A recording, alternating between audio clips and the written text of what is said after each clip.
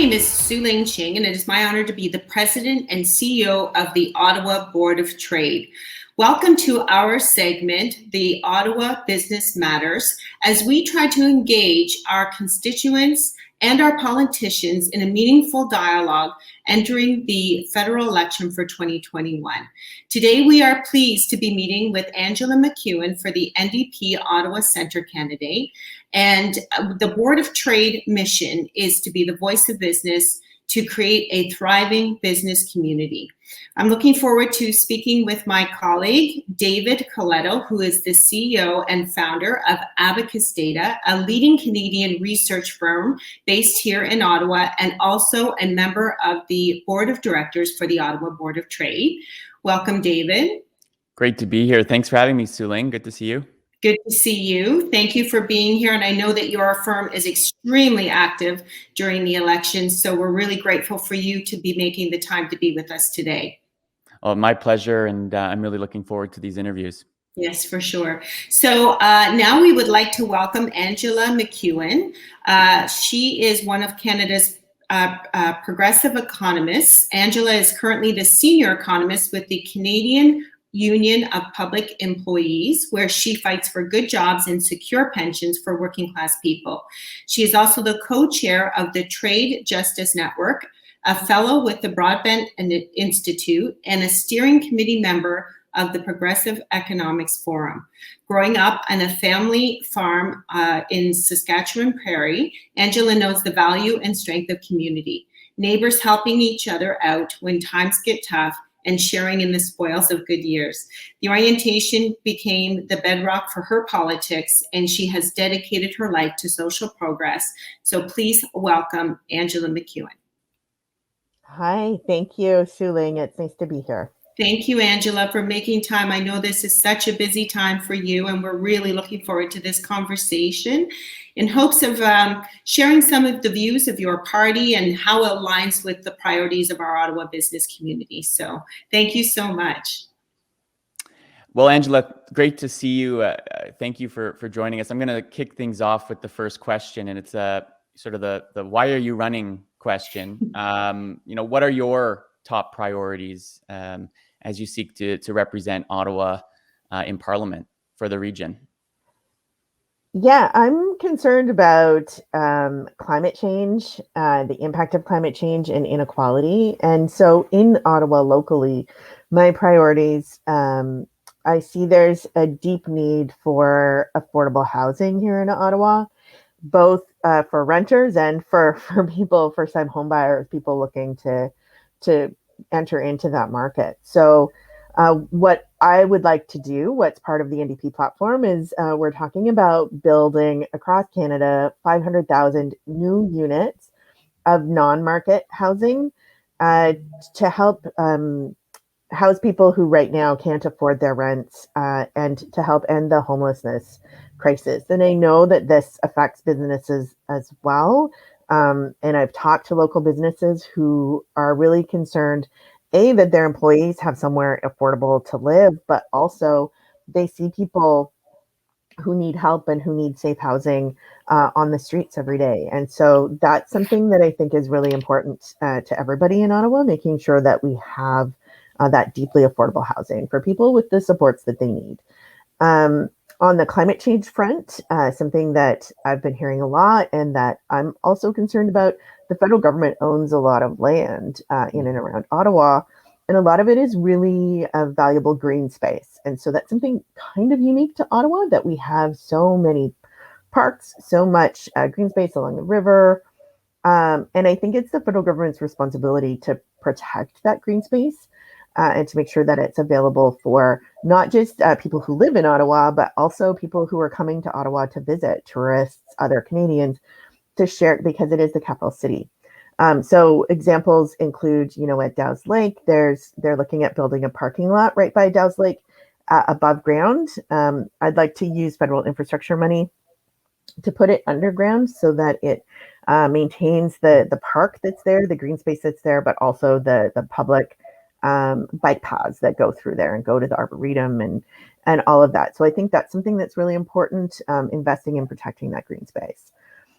We also want to work with Indigenous peoples to protect the Ottawa River. So there are, this is a very special place for Indigenous peoples. The river is very special. And so engaging in reconciliation in discussion about how do we protect that river and what do we do, and making sure that's a partnership with the Indigenous peoples who are here. I'm also concerned about developer influence in local politics and how that shapes our city. So looking at how can we make sure that everybody has a voice and there aren't these backroom deals that happen.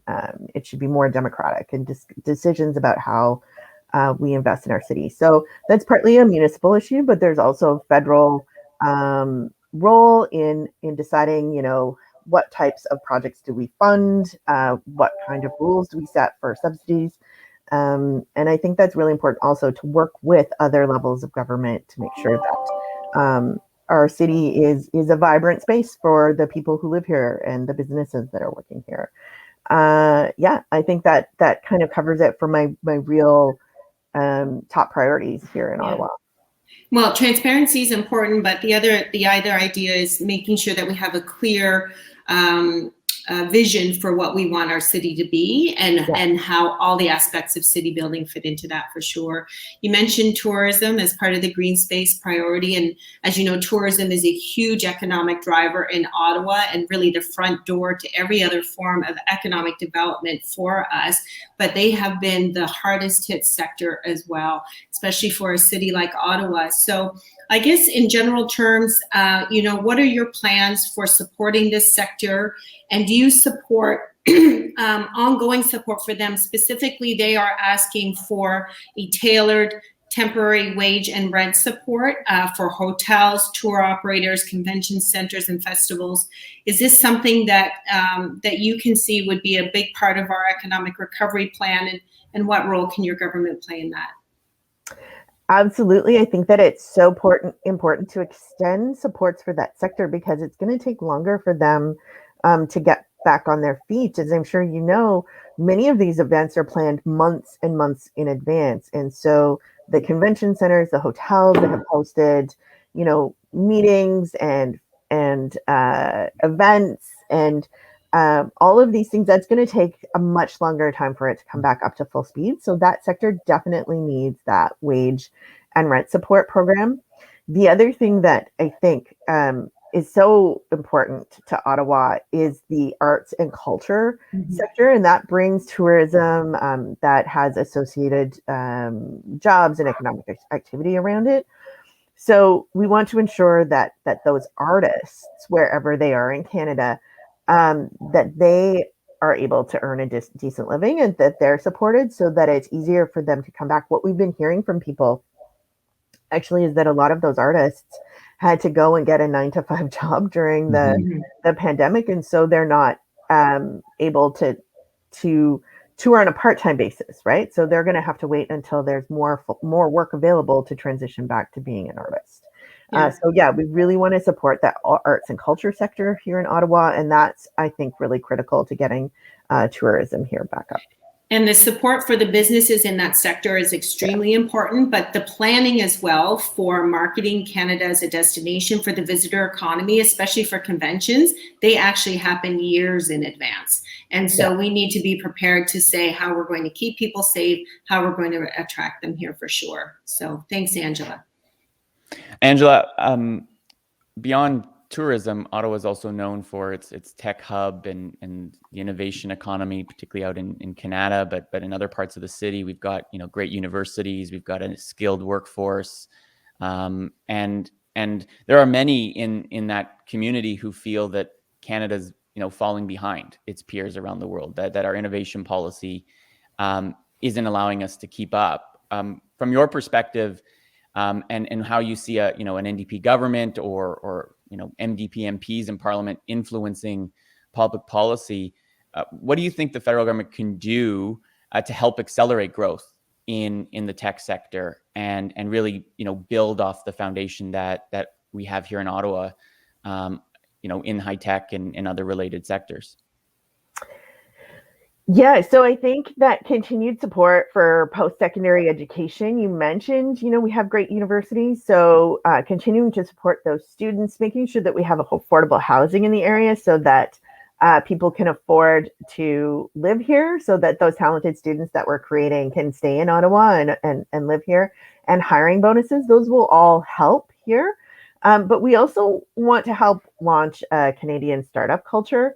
So focusing on helping Canadian companies commercialize new technologies, to scale up, to train and retain the high-skilled workforce that they need in order to support growth and to bolster our competitiveness on the world stage. So some of the parts of that are making sure that we have the regulatory framework in place that allows investors to invest in startups, and for startups to meet investors, so the VC funding. So we have some programs like this that work fairly well, and so looking at what works really well and expanding that. And it seems like with every federal budget, the government announces a new program or funding agency, and that just ends up being more bureaucracy for businesses to wade through, and eventually, maybe they put a lot of effort into that and find out at the end that it doesn't really work for them, or they don't even try because it's just so much work to figure out whether or not it helps them or not. So we really want to simplify this for businesses, and focus on what has a proven track record. Like the National Resource Council has an IRAP program that works really well. We're also talking about scrapping the Invest in Canada agency and creating something called iCanada.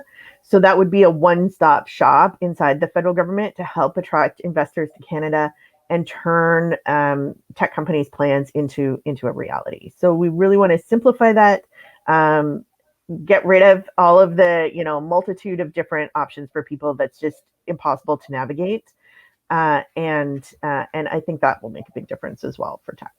I know one of the marquee policy promises that the New Democrats and Mr. Singh has rolled out, and you've been a big proponent of for many years, is a wealth tax that would tax the wealthiest Canadians 1%, 2% of that wealth. I think, can you speak to any apprehensions that business owners in Ottawa might have about that? How it might work, and what impact do you think it has on investment into Canada, and any other impacts it would have on the business community, who I think are just unsure about what its impact would be on them? Right. So it wouldn't tax investment coming into Canada. So I think that's an important thing to note. It's for Canadian residents only. So if you're attracting investment into your company, that's not subject to the wealth tax. So that's something important to note. Another piece that people I've talked to at the door weren't aware of is that the wealth tax actually starts at $10 million. So it's only for your net wealth over $10 million that then is subject to the 1% tax. So if you have $11 million in net wealth, you would only pay the 1% on that 1 million over the bar. And I've certainly I've talked to people that that when I explain those two pieces, they're like, oh, okay, that actually doesn't affect me or my business, right? Because I personally don't have more than 10 million in my business. There are investors that I've attracted from other places that also don't have 10 million in my business. So that's not going to affect me. That's not going to hurt my potential for growth. And what we were saying is it's such a low rate, 1%, that it's actually, less than what you would expect to get on the growth of the wealth that you're investing. And so it's set at 10 million. Other countries have set it much lower, and they've had problems because you bump into, small family businesses, family farms, where you have to have kind of that level of capital investment to be able to function at all. Mm-hmm. And like I said, I grew up on a farm, and so I know like the land and the machinery, that's all very expensive. And you can't even, like, you're maybe making $40,000 a year at the end of the day, right? But you own all of this money. And so you're not really able to pay a wealth tax. So that's why we set it that high. so that it wouldn't capture those smaller businesses. And I think that part of the thing that's really important to understand is that Canada has billionaires who got hugely wealthier during the pandemic. So I wrote a book called Share the Wealth, and we detailed some of that. So you have the Irvings, the Thompsons, the Westons, out west, Jim Pattison, who employ a lot of low-wage workers who they cut the pandemic benefits on, who they didn't provide even sick leave for.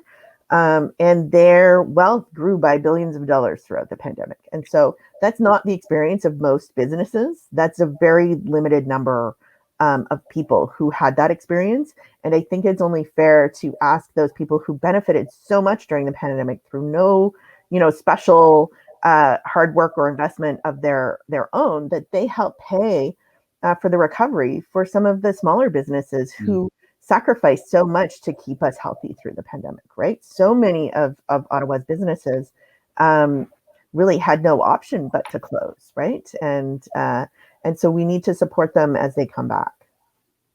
Thank you. Thank you. Angela, immigration is critical to Canada and Ottawa's long-term growth, and particularly with the impact of the pandemic changing our war on talent. What our business community is asking for is a simplification for the immigration process. Can you share your thoughts on that, please?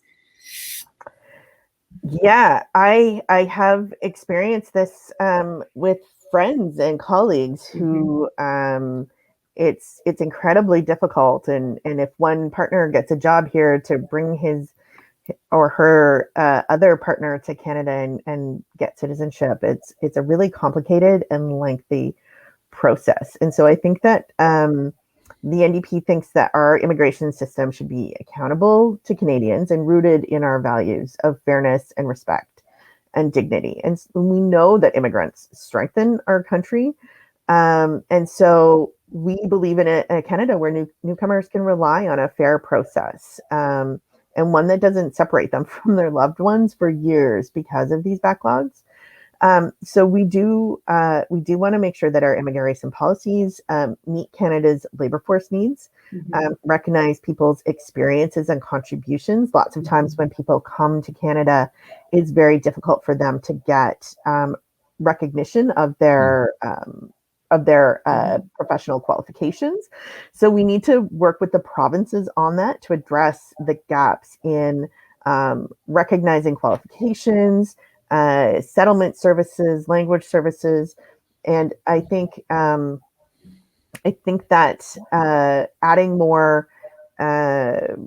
certainly adding more resources to Immigration Canada and to the settlement services to help reduce that backlog, because we definitely need these workers here. This is something that I've heard over and over again across sectors. So whether it's long-term care or high tech, this is something that is really important to the success of our economy. Thank you. Now, as you know, large urban areas across Canada, including Ottawa, have faced different challenges during this pandemic in terms of our economic stability and growth, where business districts have been basically abandoned. And in our case, the federal government has, moved out their offices, and a lot of SMEs have been built around those. And so what would big cities like Ottawa do in order to create an urban recovery program? And then how can the government support that? And how can the business community play a part in that as well? Right. So I think one of the first things that we really need to do is address housing and homelessness. Throughout the pandemic, there haven't been the day programs in place for people who don't have houses. And so they've really been relying on businesses a lot, actually, is what I've heard from a lot of business owners that I've talked to. And these business owners are telling me, like, we need more support for these people because now they're relying on us. And it's not like they're not able to provide that adequate support. Mm-hmm. So I think that's really key, and that it's not just a core Ottawa issue. It's moving out into some of the more residential areas as well. But I also think you were talking about planning earlier, Sueling. So for the federal government right now, the return to work is basically department by department and even smaller than that. Mm-hmm. I think having some clear message from the federal government about when workers will be returning to the office, how many workers, so that businesses can plan and know, okay, in September it'll be 30%. By January, we're hoping for 50%, or in this region it'll be more, or this region it'll be less. I think that would really help businesses plan and prepare for their, and the same thing for, I mean, I know businesses, we have meetings all the time at QP, and we get catering services, you get translation services. So there's all kinds of planning, I think, that people need to be able to do to know whether or not they need to have, staff, what their staff preparations are, what their inventories need to be. And so that planning piece, I think, is really important, especially in Ottawa, the core, where there are so many public workers. And along with that, then supports for the sectors, like we talked about before, the tourism, the convention, that because we need the certainty, but then also to help the gap as we ramp up, hopefully back to normal. I do also think that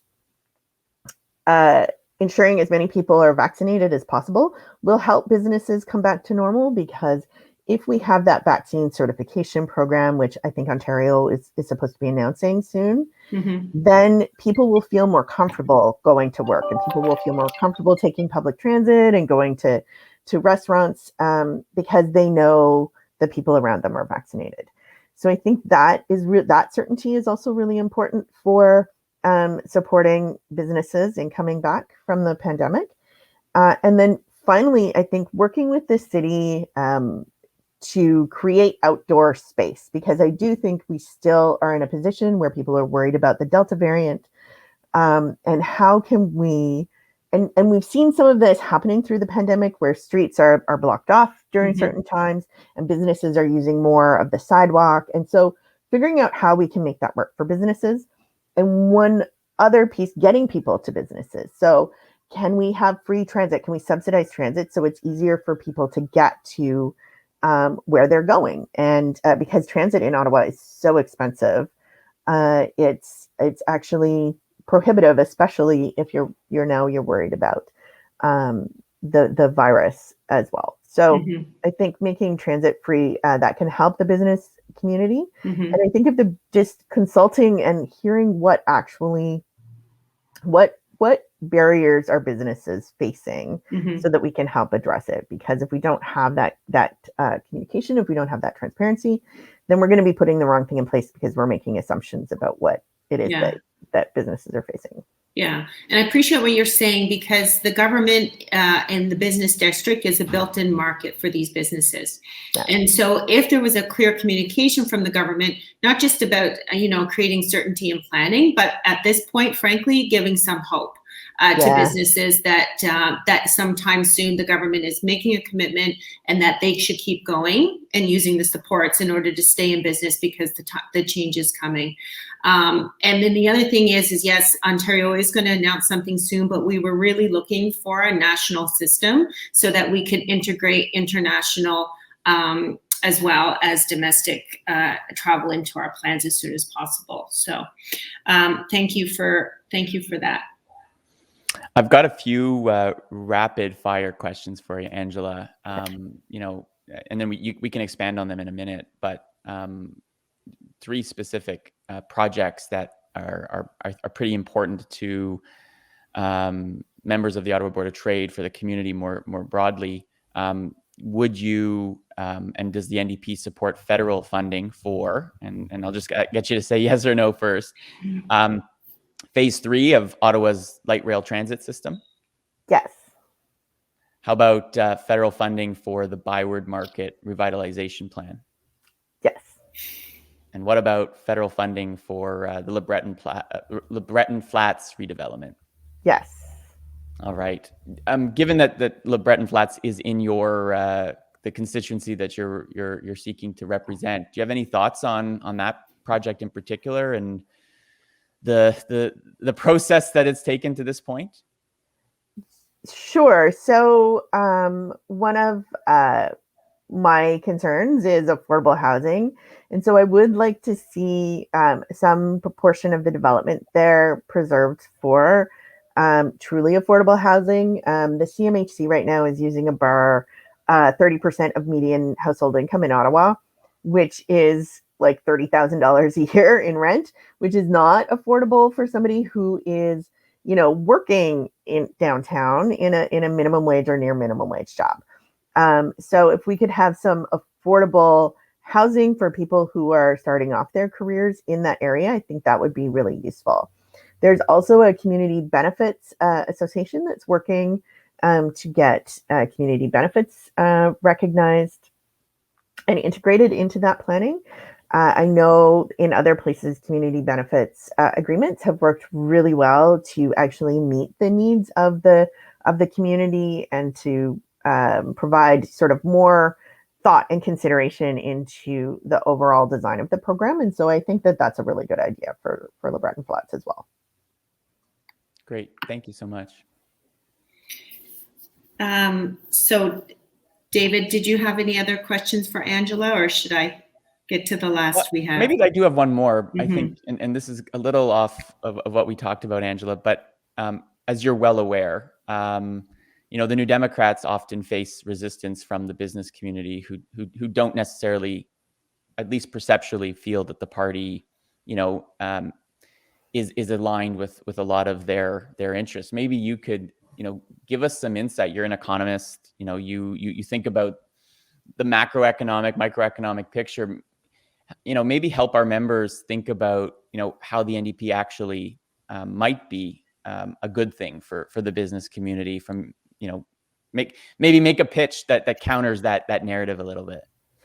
Yeah, so I've worked with a lot of businesses on minimum wage campaigns or livable wage campaigns.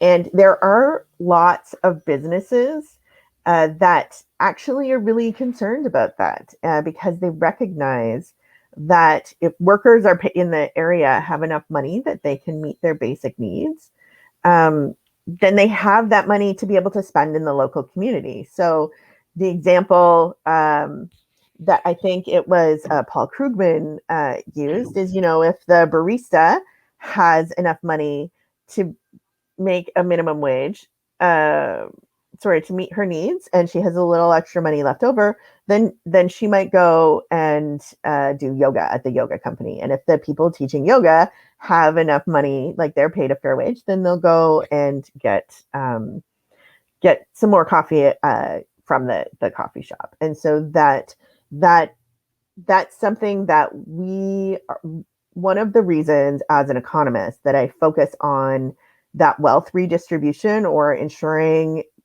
fair wages for workers, which progressive economists call pre-distribution, is because we want money circulating around the economy. You don't want people holding on to that money or spending it all just on shelter and food, because then there's nothing left over for the vibrant, creative sectors of the economy that are so important. So if we have fair wages and we have those protections in place for workers, they support local businesses, and businesses can't thrive without that support, right? Because if all the money is just sitting at the top, those people are spending it, in the Caribbean islands, they're spending it on yachts, they're not spending it in their local communities buying lattes or art or going to festivals because, they simply couldn't spend all of that money doing those things, right? So they're just one person. And so that you really get a huge economic boost locally. If you're thinking about local economic development, one of the easiest things to do is just make sure people have enough money to spend in their local communities. So that's one reason why. And then, thinking about how can we put the right infrastructure in place for people to get around, but also for businesses to be able to resupply. So that's something that's really difficult in downtown. But I think that me personally, my experience, I grew up on a farm. I worked in the Navy for 14 years. I've worked in lots of different small businesses. Knowing that when you're designing a city and you have Spark Street, for example, to like have a period of time where you put the bollards down and the delivery trucks can come in, right? And there's space for them to do that. And then put the bollards back up and have it be just for pedestrians. And so thinking about that, because I think if we move away from cars downtown, that will actually really benefit businesses, because as people are walking around, they'll see something and they'll be like, oh, I need to go in and grab whatever. And so I do think that all of those issues that the NDP focus on, those social issues, those accessibility for physical, interaction with our community, that boosts small local businesses. Too often, though, our rhetoric is, just the big guy and the little guy. And so I think sometimes smaller businesses are thinking that we're thinking they are the big guy, right?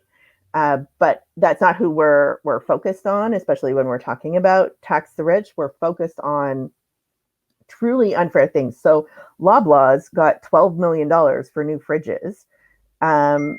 But they didn't need that. They didn't need that money or that support. There's lots of small businesses that needed that money or support, but didn't get it. And so I don't think that's fair. I think that's pretty consistent with the majority of folks that I've talked to that are small business owners.